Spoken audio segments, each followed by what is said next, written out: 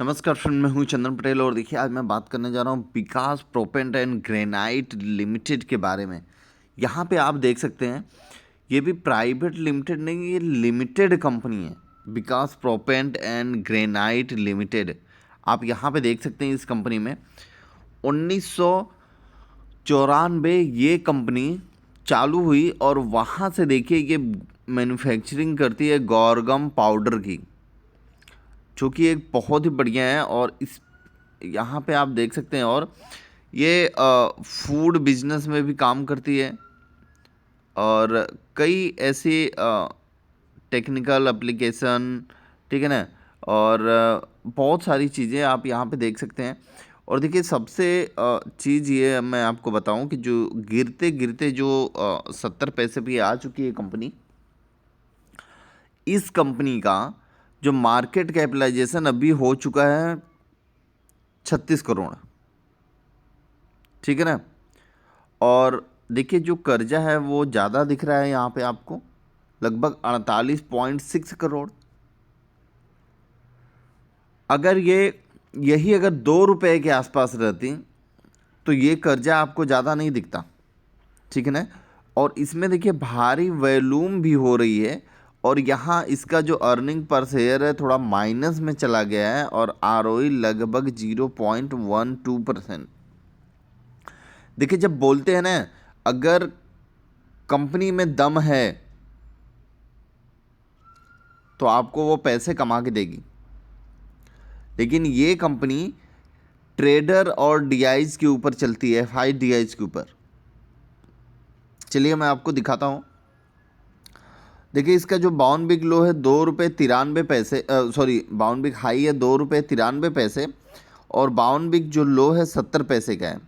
Face value 1 रुपये की है और यहाँ पे आप देख सकते हैं जो कैश फ्लो इनके पास है वो लगभग 7.82 करोड़ के आसपास इनके पास कैश फ्लो अभी बचा है, ठीक है ना। तो ज़्यादा दिक्कत नहीं है क्योंकि इनके पास कैश फ्लो है। और देखिए अगर हम रिटर्न की बात करें, देखिए प्रमोटर की होल्डिंग की बात करें तो 22.1% के आसपास प्रमोटर के पास होल्डिंग है। और यहाँ पे उतना ज़्यादा कुछ खास रिटर्न नहीं है क्योंकि वो अपने लोअर लो पे आए हैं। चलिए अब हम आगे बढ़ते हैं चार्ट के ऊपर। अब आप यहाँ पे ध्यान से देखिए, मैंने मैक्सिमम का चार्ट लगाया है, ठीक है ना। और मैक्सिमम के चार्ट के ऊपर अगर मैं ये लाइन खींचता हूँ तो लगभग ये 4 रुपये के आसपास जाती है, ठीक है। अब ध्यान से सुनिए, 4 रुपये के आसपास जाती है।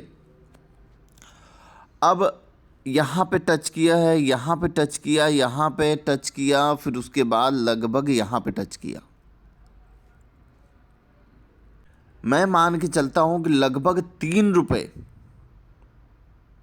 आप अगर 70 पैसे पर खरीद रहे हो, नॉर्मली मैं बोल रहा हूँ कि 3 रुपये तक अगर ये स्टॉक जाता है तो भी तो आपको कई गुना पैसे कर दिया, लगभग 4-5 गुना कर देगा 3 रुपये भी अगर जाएगा तो। अगर 4 गुने चला गया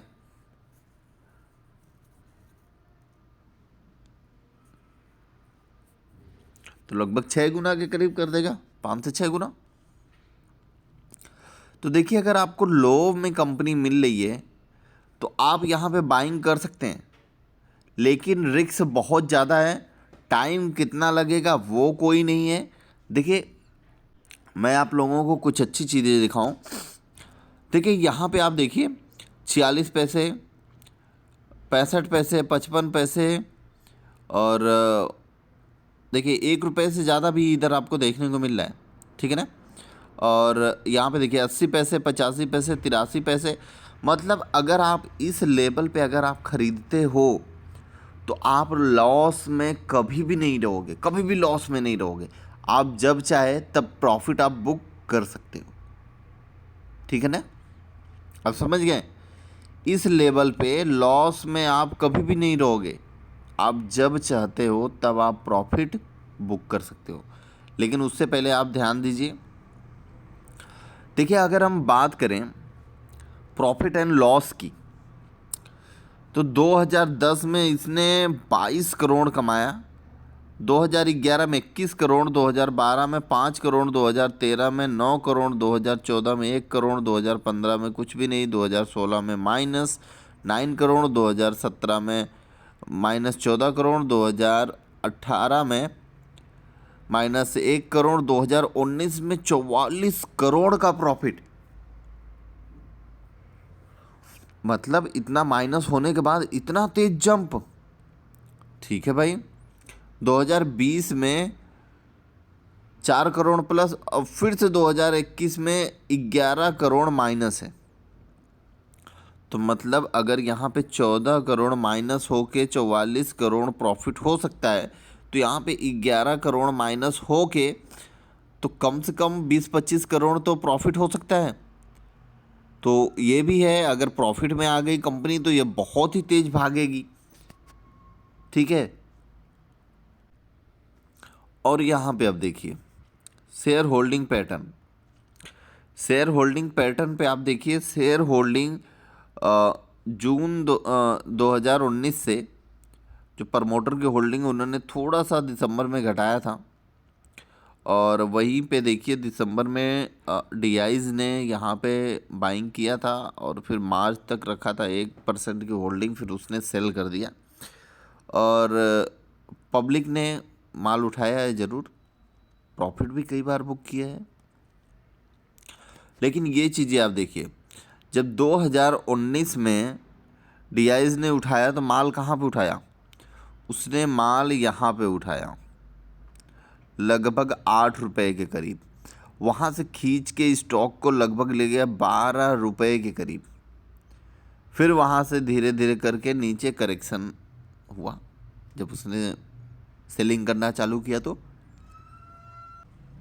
और ये जो 18 रुपए वाली जो आप कैंडल देख रहे हो, 18 रुपए वाली कैंडल, ये कैंडल है ये वाली। जब इसको 44% का प्रॉफिट हुआ था, आप देख सकते हो ध्यान से, 44% का जो प्रॉफिट हुआ था, ये वो वाली कैंडल है। जब सबको पता था कि चलो ठीक है 1% माइनस में है और 44% यहाँ पे प्लस में आने वाला है, क्योंकि सबको जानकार को पता चल ही जाता है। तो ये 2018 से ही ये पिकअप बनाना चालू कर दिया, और दौड़ते दौड़ते दौड़ते दौड़ते देखिए फरवरी, यहाँ पे आप देख सकते हैं कब इसको प्रॉफिट हुआ था। यहाँ पे प्रॉफिट हुआ था मार्च 2019 में।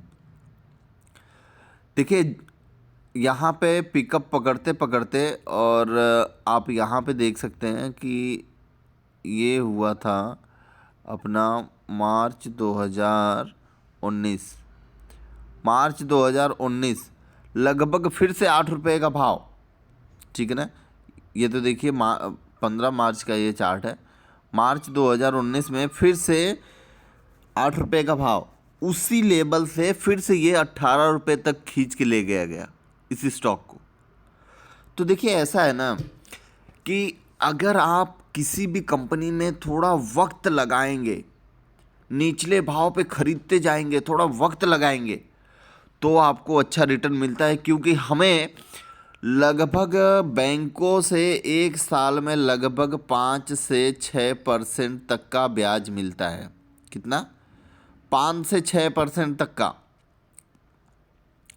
हम अगर 7 से 8 साल रखेंगे बैंक में तो हमारा पैसा 2 गुना होगा। कितना गुना होगा? 2 गुना।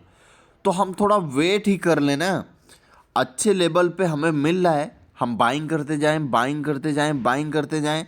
जिस दिन प्रॉफिट हुआ उस दिन आपको एक अच्छा प्रॉफिट होगा। मतलब जिस दिन कंपनी का ये प्रॉफिट हुआ, यहाँ पे जैसे अभी 11 करोड़ आपको माइनस में दिख रहा है, तो यहाँ पे जिस दिन आपको प्रॉफिट दिखेगा 44 करोड़ जैसे, उस दिन आपको बहुत ही अच्छी प्रॉफिट मिलेगी। बाकी आप अपना रिस्क लेके ही यहाँ पे इन्वेस्टमेंट करें, मेरे कहने पे ना इन्वेस्ट करें। आप खुद देखें, खुद सोचें, खुद समझें, फिर आप इस स्टॉक में इन्वेस्टमेंट करने की सोच सकते हैं। Okay, thank you friend.